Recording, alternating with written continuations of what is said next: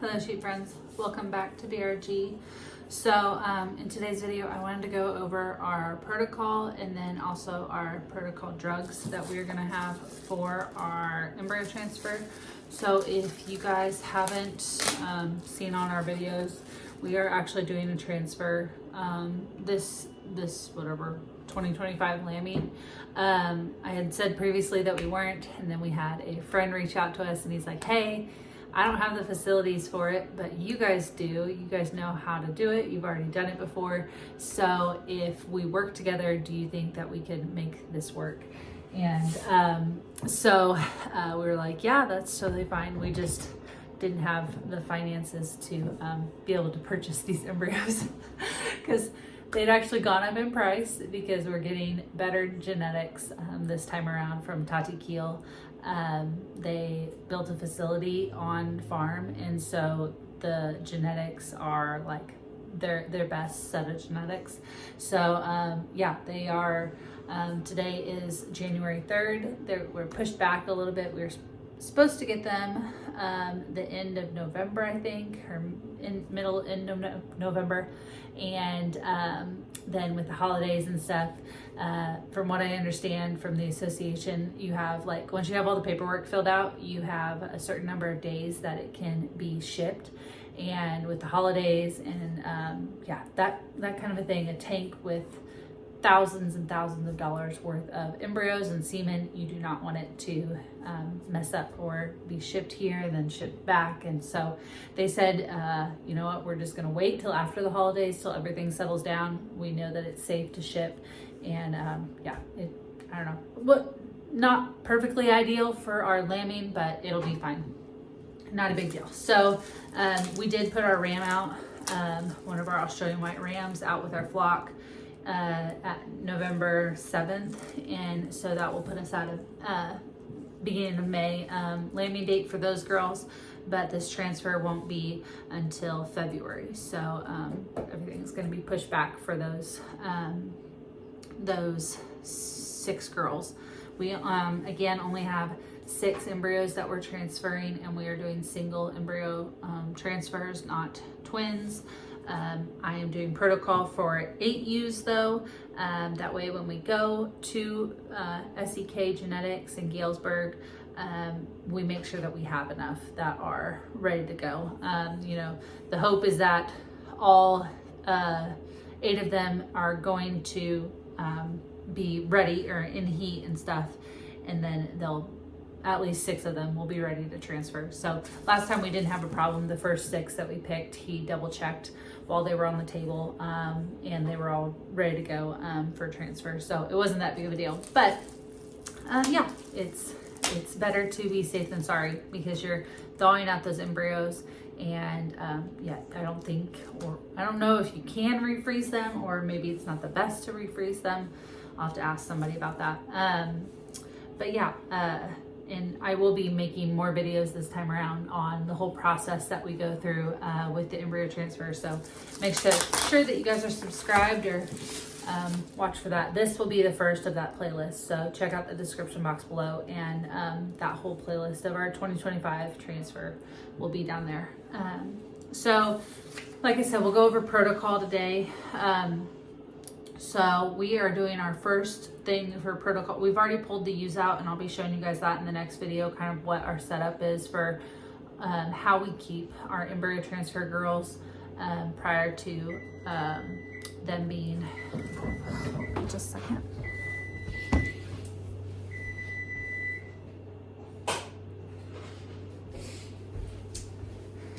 Prior to them being transferred where they're at, so then they don't get bred being with the rest of the flock.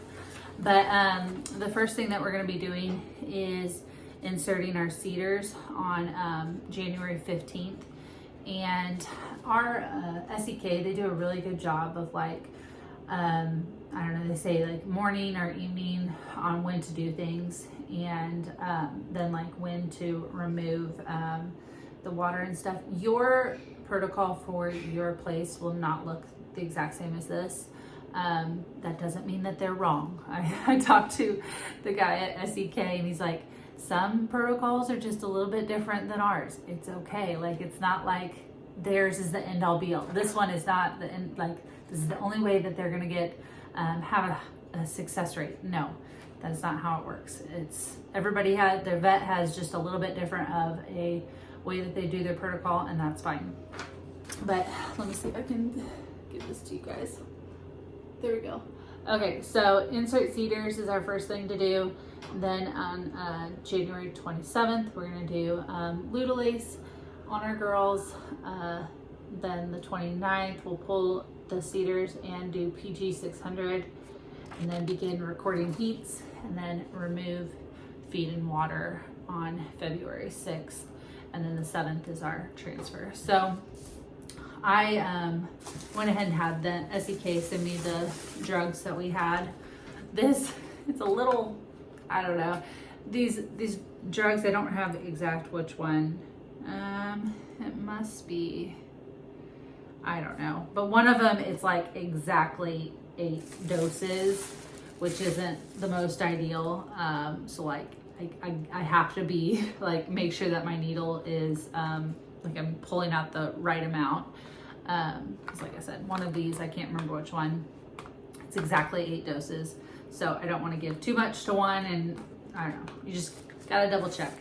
And then also CIDRS. And I will leave in the description box an applicator for you guys to, if you don't have one, your place that you do your transfer with. Like my gal asked me if I needed one.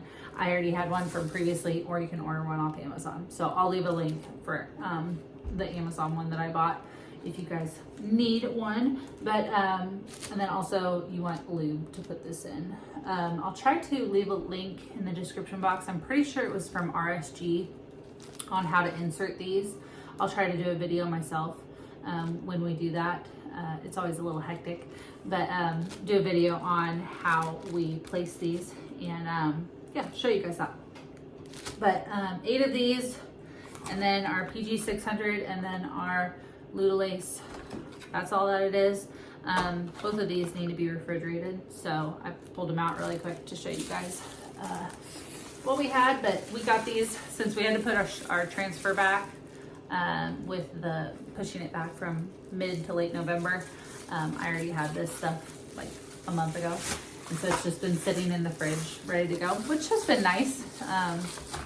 We're gonna be a little bit pushed on our embryos getting to SEK from RSG, but it'll be okay. I think we'll have like 2.5, 3 weeks of wiggle room from the start of from them getting into the United States to our transfer date. So yeah, it's just me on the back end, making sure that I am on top of that once they get in the United States, making sure that they get sent to our place that we're doing our transfer.